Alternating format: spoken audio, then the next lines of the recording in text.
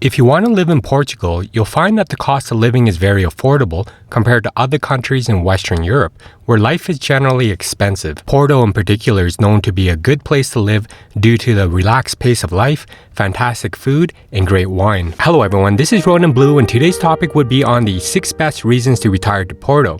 Just as a disclaimer, the information provided is a general guide and to be used for educational purposes only. Now, Porto is a city rich in history, tradition, and culture. Of all the cities in Portugal, the capital, Lisbon, is often the favorite. But Porto is fast becoming the destination of choice as well. Let's see as to why and jump quickly into the points coming now. Number 1. Facts about Porto. Here's a little bit of history for Porto. Its history dates back to around 300 BC, with Porto-Celtic and Celtic people being the first known inhabitants, and evidence of this would be in the ruins of that period discovered in several areas. During the Roman occupation of the Iberian Peninsula in 219 BC, the city developed as an important commercial port, later placed on the geographical map shortly after it was designated as an important port for their trade route to Northern Europe for 200 years. And later on, Porto also later fell under the control of the Moors during the invasion of the Iberian Peninsula in 711. In the 14th and 15th century, Porto shipyards developed shipbuilding and became a seagoing nation for global exploration, where many seafaring traditions were brought back to Porto. Now today, Porto would be one of the oldest European centers that was built along the hills overlooking the Douro River and proclaimed a World Heritage Site by UNESCO in 1996. It became known for its maze of steep and narrow cobble streets, beautiful plazas, churches, its seaside suburbs, to world-class contemporary architecture and cuisine. It would be the second largest city in Portugal after Lisbon and one of the Iberian Peninsula's major urban areas. Although not the capital, Porto was seen by many people as the country's cultural capital, being a popular tourist destination. It's however a less polished, quieter, touristy, but less mature than its bigger brother to the south, Lisbon. But many do say Porto feels more authentic than Lisbon and gives you a peek at a more traditional side of Portugal. Porto City is small compared to its metropolitan area, with a population of about 238,000 people, its metropolitan population being about 1.7 million. It has that small city feel and friendliness, but it's also a thriving international business city, with many expats finding all the amenities they need, including an international airport. Breaking down the population, there are actually a higher percentage of females than males, estimated at 55% female compared to 45% male. The city also has residents that originally were born in Angola, Brazil, Cape Verde, and countries across Europe. It's situated in northern Portugal along the Douro River, and it's considered a gem of the northern region of Portugal. Its thriving economy has lots of digital nomads, startups, and many international companies. It also has the highest ranking university in Portugal, the University of Porto. Portuguese is of course the primary language spoken in the city, but its country's education system, with its emphasis on languages, many people actually speak English, as well as other European languages.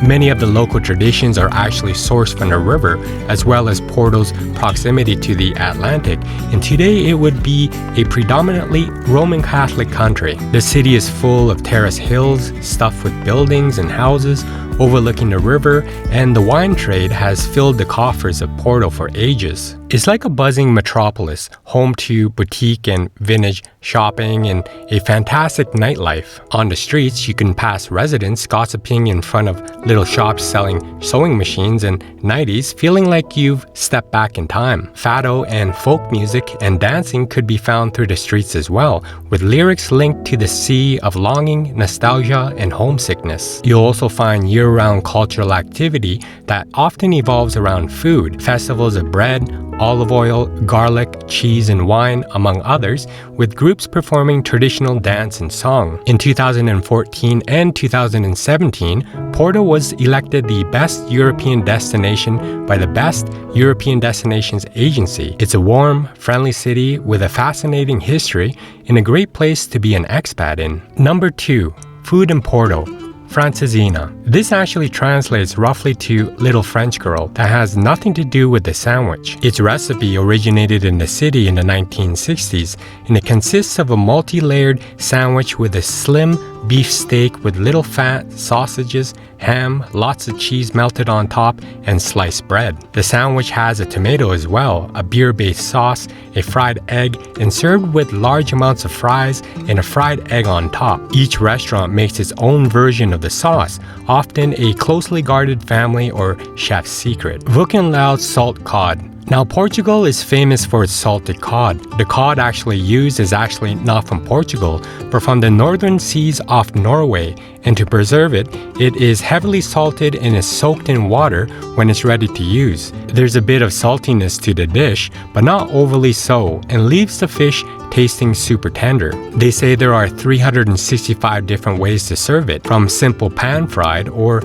on top of a chickpea salad. Many know of tempura in Japan, but did you know that Portuguese cuisine influenced the creation of it in Japan? The origin of the name tempura actually comes from the Latin meaning in the time of Lent. Now, this might be a surprise to have this on the Porto food list, but in the 16th century, Portuguese traders arrived in Japan with a tradition of making fried food and fritters, and the Portuguese had a good amount of influence in the area at that time. Japan was actually one of the few countries who didn't have their own method of frying foods, so the technique was quick to catch on. It's a lightly deep-fried green beans. If you see tempura on the menu in Porto, chances are it's not as fusion as you think. Number 3. Where to live in Porto? Ribeira. This would be the most recognized and popular neighborhood in Porto. It's called the Ribeira neighborhood because it lies next to the river Douro. It's a stretch filled with restaurants, cafes, beautiful and quirky houses,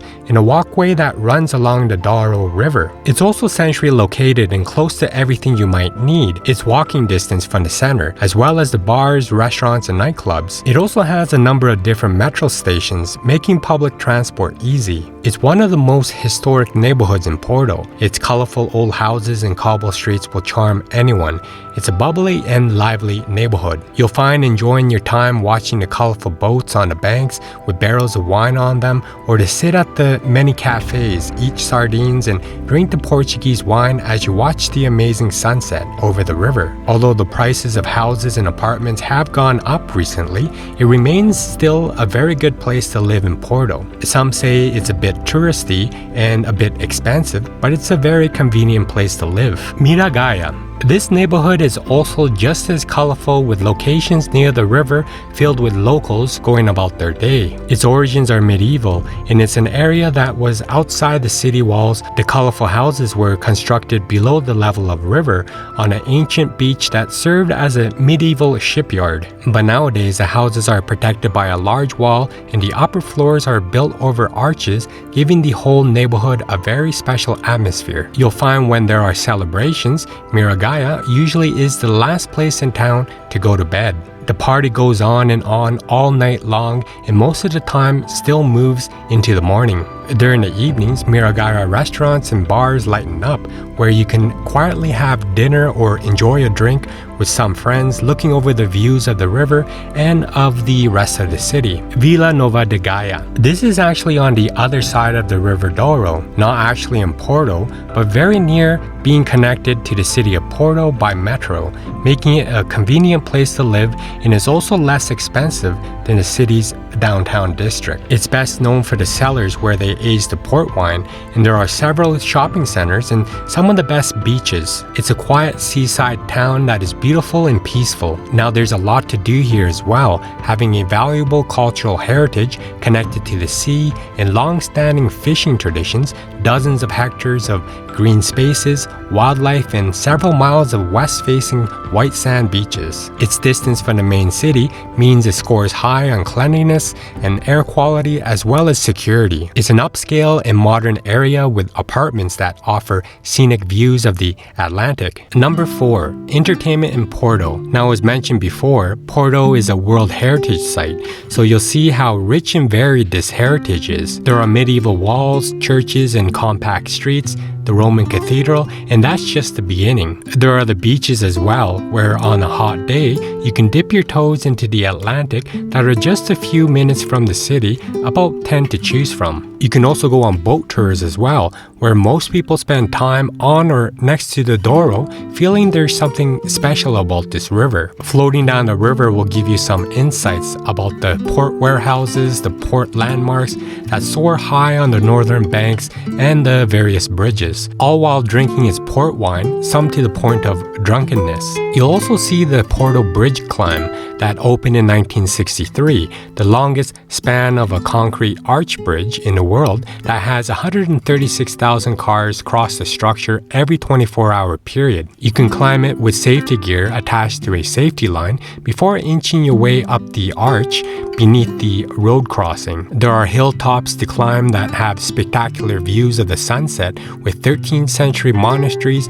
and you can tour as many architectural masterpieces as possible. Porto is a beautifully historic city with plenty of centuries-old buildings scattered around. And there's also the São Bento train station, listed as one of the world's most beautiful train stations. It has 20,000 decorative tiles covering the walls with paintings that show scenes of Portuguese history, daily life, and transportation. And of course, as you stand admiring, you can also travel here to catch a train to nearby towns with its beautiful beaches and sights. There are places for you to have picnics scattered all around as well, with terraced gardens where locals and visitors can go for a walk or just sit and enjoy the wonderful views while eating traditional Portuguese treats. It's also a city that knows its comfort foods. Even vegetarian foods are catered to green lifestyles, and some restaurants serving only vegetarian. There are of course the festivals, the best of which are during the summer season. It comes alive with music, outdoor cooking, with plenty of parties, and it's a great way to get an authentic taste of Portuguese culture. When it rains, briefly, you can even go go-karting in Porto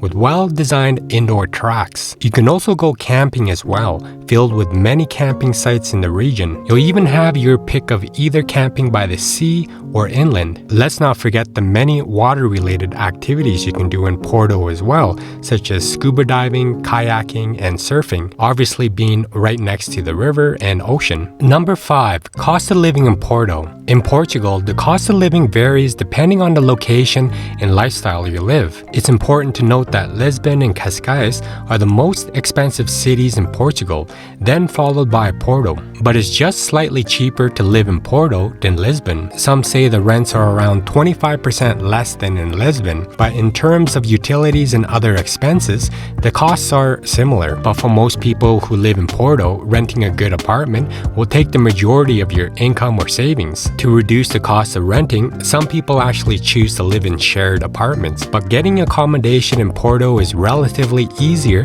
than in Lisbon. In Porto, you have more options in good locations within the city limits. Although there are furnished apartments, obviously an apartment without furniture is even cheaper to rent. And of course, there are luxurious spaces and services as well, if you can afford it. To rent a mid-range restaurant in Porto is still reasonable when you compare it to other Western European countries or the United States. Now, food in Porto is quite cheap, also depending on your eating habits. But if you like to occasionally eat out, it's inexpensive. Food is generally very affordable in Portugal, especially fruits, vegetables, fish, and meat. Because of its location near the sea, fish prices are reasonable as well. So around 200 to 300 USD a month for groceries is manageable. In Porto, you can also find metro lines that connect the city centers to the near neighborhoods and municipalities. Most metro tickets cost around $1.50 to $6 USD. Monthly passes are between $23 and $50 USD. But if you live in and around city center, you might not need to use public transport, everything being usually within walking distance. But if you do decide to live in a neighborhood outside city center or the outskirts of Porto, you'll need to get that monthly transport pass, however. Public healthcare in Portugal is almost free, with low costs for citizens and legal residents. And only a few procedures require a small fee between $6 and $23 USD. And the exams will typically cost no more than $50. Private healthcare is more expensive than the public one, but of course prices for private health insurance change depending on your choice and insurance plan. Each is different, so you'll need to choose the one that meets your needs. But here is a breakdown of some of the basic costs in Porto. A meal at an inexpensive restaurant would be $8.29 between $7.10 and $14.20 USD. A meal for 2 people at a mid-range restaurant for a 3-course meal would be $39 between $29 and $71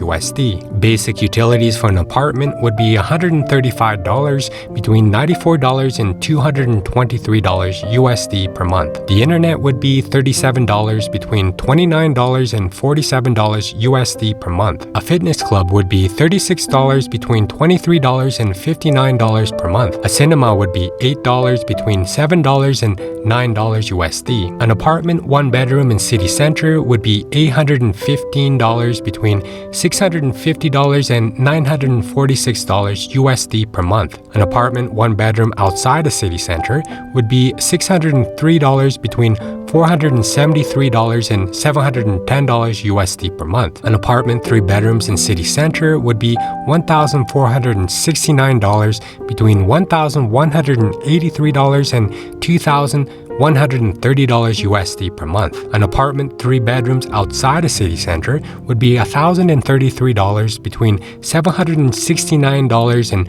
$1,420 USD per month. To live a comfortable life in Porto, you should budget from $929 for a single person to $1,900 as a couple monthly. But of course, this price depends largely on the kind of apartment you choose to rent, as accommodation makes most of the monthly expenses. But as mentioned before, to save on rent, you can choose to live in a shared apartment and sharing those common areas. Rent per month for this kind of arrangement is typically between $300 to $400 for a room in city center per month. This is the most common option for students and young workers in Porto, but of course a less ideal accommodation option for couples or families. Number 6, pros and cons for living in Porto. Architectural highlights. Now, Porto is the home for famed Portuguese architects, and you'll see architectural marvels all around with red-tiled rooftops. You'll see why it's a UNESCO World Heritage Site for its medieval buildings. A stroll through the city's cobbled streets will take you into the past. Coastline walks and exercise. The blue flag beaches offer unpolluted waters where you can dip into. It makes for a scenic coastal walk. There are some beautiful lookouts with terracotta rooftops, bridges, and some attractive vistas you can walk for hours around while looking over the water. It's quite the workout walking up and down the sloped streets of Porto, but it won't feel like it while exploring the city. You won't even know you're exercising while you stroll through the streets or to soak up the culture of the city and stop off at a local eatery or coffee shop. The transport system. Now, there's a wide range tram system of the modern and a train station right in the heart of the city, an airport which was voted the best of its size in Europe several times, and a small but growing network of bicycle lanes. Those who choose to live in Porto will be able to take advantage of all of this. Under 4s go for free, and there's a 25% discount on travel cards for students, youths, and retirees. The weather. Now, there's an average of 300 days of sunshine per year, but it depends a lot on the city and area of Portugal where you'll live. Porto being a bit colder in the winter months, but it's almost a blue sky every day. The sun makes a huge difference to mental health, and you can plan those barbecue weekends in advance without having to worry about the weather. Temperatures in Porto during the winter are usually between 41 and 57 degrees Fahrenheit and in between 57 and 77 degrees Fahrenheit in the summer, although they quite frequently surpass 87 degrees Fahrenheit. Although Porto is known for being one of the rainiest cities in Portugal, it gets a lot more days of sunshine than many other cities in Europe. Water sports. If you love water sports such as surfing, kite surfing, and paddleboarding, and many other sports or activities at sea, Portugal is your destination. The Portuguese country provides 500 miles of Atlantic coast with the best weather conditions to be able to sail and enjoy the sea fishing, or other activities related to the sea. You can go surfing 364 days a year. The food. Now, Porto is a paradise for foodies, restaurants, and cafes with many cool and trendy places. There are traditional restaurants as well as cheap dishes with fresh fish and seafood, with fine dining and ocean fresh catches to traditionally prepared cheeses, so you can experience specialties from both land and sea. Real estate prices. Often overlooked, Porto offers attractive property investment opportunities and is still much cheaper to buy real estate than most other countries in the EU and the States. You can also find very good real estate deals in towns a little farther away from the big cities. Natural beauty. Portugal has wildly diverse natural spaces across all its regions, including Porto. There are remote stretches of beaches, thick forests, countrysides, mountains, rivers, vineyards, lagoons, and much more thanks to its biodiversity and fauna. Quality of life. If you want that change in your pace of life to one more relaxed and not as frantic, or if you don't want to have many complications, then you'll find that pace in Porto. It's more slower, calm, and steady compared to more frantic cities around the world. Downtown nightlife. Porto is a different city by night. People of all ages come to the downtown areas to eat. Porto's nightlife is definitely one of the main reasons the city is trending, and it may become your favorite pastime because it has a lot to offer. You can eat dinner by the riverside at night while listening to traditional Portuguese fado music. There are bars and nightclubs where you can wander through the streets to find the music that fits with your mood, that could be laid back lounging to upbeat dancing. There's always a bar or club to suit you. People's hospitality. Now, since the time of Christopher Columbus, the Portuguese were also sailors and explorers during this time and learned the importance of getting along with foreigners to make them feel welcomed. Even in times of expansion and modernization today, the authenticity and friendliness of the Portuguese is one that is welcoming to the expat. People in Porto have a reputation for being both friendly and helpful. There's no need to worry about fitting in. You'll be made to feel comfortable. Cost of living. It's surprisingly affordable to live here. The cost of living in Portugal is lower, among the lowest in Western Europe. Unlike the US or the UK, it can be 20% to 30% cheaper depending on the area you choose to live, and the differences are noticeable, especially in food and rent. As a retired couple, you can live comfortably and modestly with $1,900 USD a month, including accommodation, food, moderate leisure, depending on the area where it's located, enjoying a much more elegant and comfortable lifestyle than the United States. English. Portugal has one of the highest rates of English speakers in Europe, although the Portuguese tend to be very appreciative of attempts made to speak Portuguese. You can take classes at a language school to learn it, and it's a great way to meet new people and expand your cultural knowledge. Travel opportunities. Now, Portugal is known as the gateway to Europe for its strategic location, being a meeting point and connection between three continents: Europe, Africa, and America.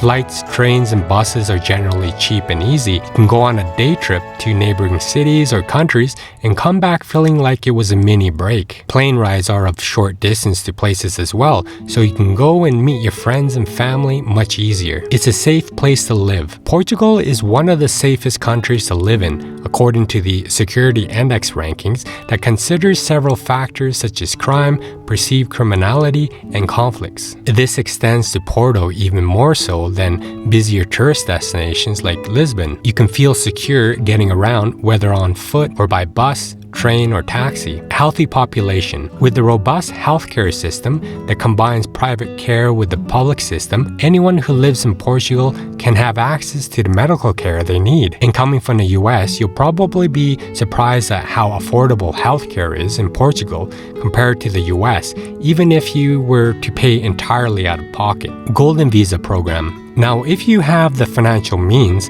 buying a property worth at least $600,000 in Portugal can make you eligible for the Portuguese Golden Visa. This government-sponsored program offers a number of benefits to Americans in Portugal. Visa for people who work online. This would be case by case, But if you show that you have enough money in your savings to prove you could support yourself for at least a year within the country and work remotely or as a digital nomad, there's a retirement visa that's easily accessible. If you're younger, don't work online, don't have in-demand qualifications, and don't have much in your savings, it's likely not going to be possible for you to move to Portugal. Good for families. Now, the seafront neighborhood in Porto is popular for families, away from the chaos of the big city. There's easier access for cars, more spacious housing, as well as being close to the beach. There are also many international schools in Porto to choose from as well. Festivals in Porto. Now, June is one of the busiest times of the year in Portugal,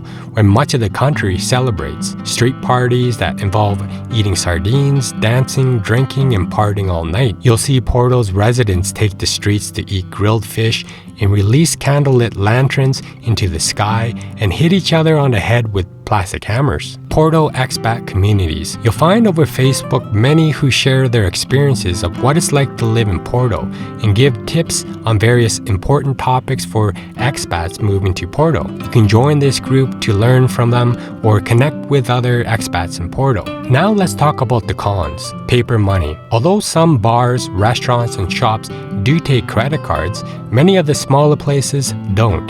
So it's wise to carry cash with you. A lot of paperwork. Now there's a lot of bureaucracy, and most know that it exists and aren't surprised when they come up against it. In every situation, in opening up a business as an example, you'll always need the right form or right person to talk to, but no one around knowing to whom or what it is. And it's quite rare that anyone ever tells you. You normally have to figure these things out yourself. Depending on the procedures you have to perform at the bank, the public administration, the court, or other public-private institutions, it can take a while to sometimes complete. But of course, this problem isn't just in Portugal. The smoking. You'll be walking into a cloud of smoke here and there, but Portugal isn't the only European country where smoking is common. Cold, damp winters. Although there is 300 days of sunshine, Porto, some say being in the north of Portugal, is known for being cold during the winters compared to the south. That's outside, of course, but in the house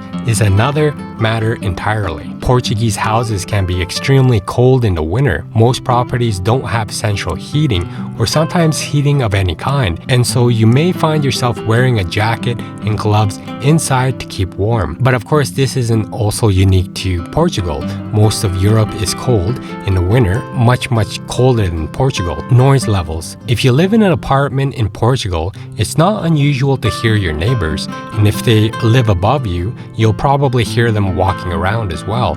But the modern apartments usually don't have noise issues. Making friends is hard. The Portuguese and non-Portuguese often are in separate circles. Even people who have lived in Portugal for years will say they don't have a lot of close Portuguese friends. But in the first few years, not knowing many people may not matter. Everything is new and exciting, and you have your partner or your friend to share everything with. But once you start to settle into life, the lack of wanting additional personal relationships may become a problem. A lot of Portuguese may be assuming that expats don't want to integrate because they don't want to learn the language. And even if it isn't the language aspect, many people who've lived in other countries prior to Portugal would say that integrating is difficult. Some things are expensive. Although food and wine are cheap in Portugal, it doesn't mean everything is. Electricity and petrol, secondhand cars, furniture, electronic appliances, books, banking, branded international foods, household products, cosmetics, and toiletries are pricey as well. Learning Portuguese. Now, it's a hard language to learn and may prevent you from integrating into Portugal. Speaking it may not take as long, but reading and writing is more difficult and will take a long time to learn enough Portuguese to properly integrate. Scenarios like taking cars to local garages, dealing with police, and talking with couriers may cause issues. The slow pace of life. Now, the slow pace of life is one of the main reasons people move to Portugal, but that slow pace of life can also be a downside. When you have something that needs doing, suddenly you find yourself wishing that slow pace of life wasn't a thing in Portugal. Driving in Portugal is bad.